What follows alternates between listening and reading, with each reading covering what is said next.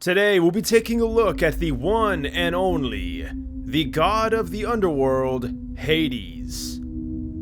So if you guys don't know, this version of Hades is from God of War 3, and well, if you guys haven't played that game, it is absolutely incredible. I unfortunately have not been able to play it, but Hades looks pretty damn imposing. Now usually when I do these videos, I start off by fighting the NPC, but today we're going to be starting off with the possession, which yes, you can possess this NPC. We're going to go over his attacks very briefly, and then we're going to try to fight him ourselves and see if we can actually, well, even do anything to this guy. So first things first, left click is going to be your claw attack.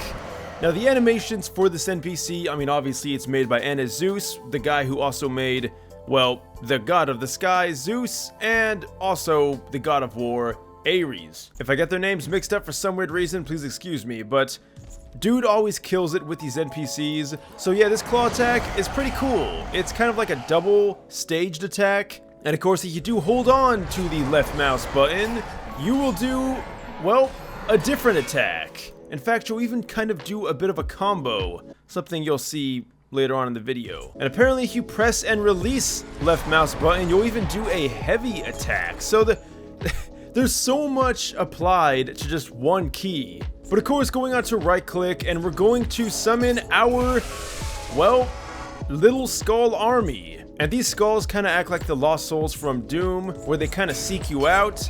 And that's exactly what they do, is they pretty much seek out any enemy and then home in on them. Alright, so this is interesting. So the E key is stomp.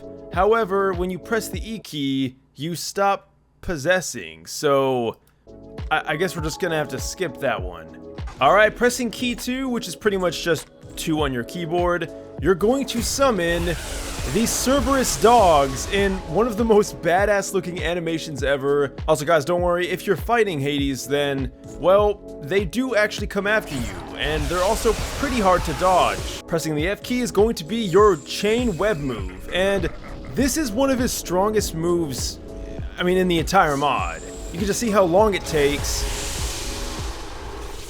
Does that not look badass as hell? Alright, and then pressing G and left mouse button. By the way, I'm pretty sure those chains that do come up out of the ground will follow you, and you have to constantly keep dodging them. Alright guys, so I totally messed that up. It's G and right click. So you hold both. Okay.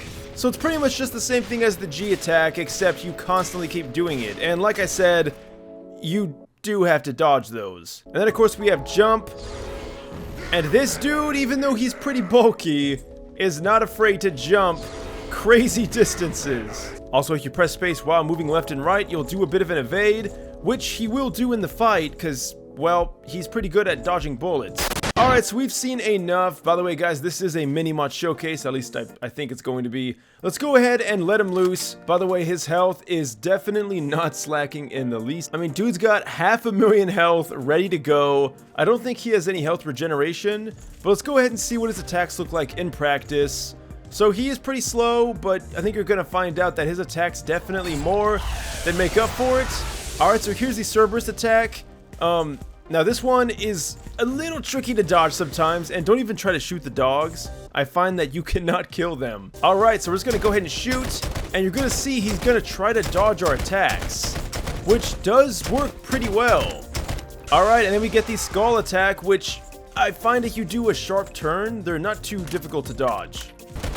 Alright, doing more damage here. Once again, he is going to dodge, and that's gonna be the most frustrating thing, trying to hit this guy. And I'm pretty sure that was his jump attack. Alright, loading back in, we can see he did summon Cerberus again. Or Cerberuses, I guess. Okay, we got a bit of a combo going on here. And you're gonna notice that, kind of like Kratos, his chain blades go very freaking far. Although I guess they're more like chain hooks. You're also gonna notice that the god of the underworld is bulky as F. I mean, we're just sitting here trying to hit this guy, and we're pretty much doing nothing to him. Okay, and now we get a good look at his ultimate attack. Definitely recommend backing up for this, but I don't think we're even gonna survive from this far away. Alright, never mind, we're fine. Now the good thing is that when he does that attack, if you do decide to dodge it, it leaves him open for a while. Okay, so now I see why his jump did damage. There's a shockwave that shoots out. And by the way, he did that on the building and we still almost died, which doesn't even make any sense. Okay, here we go. This is where you gotta be quick on your feet because these are going to constantly try to kill you. Alright, but once he's done, once again, he's left open. He even... Alright, I recommend you jump that. I was gonna say he even reacts to the damage that he takes, which is pretty cool. I don't think he has any kind of desperate attack when he gets low. I'm pretty sure this is just it, kind of cycling through these different attacks.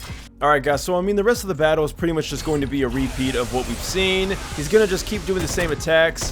But now I want to know, what happens when you're up in the air? Does he have any attacks that actually reach you if you're, well, above him? And I think it's safe to say he only really has one attack that's going to do that, and that's summoning the skulls, which for some reason he is not doing that. Yeah. Right when I say that, he does it.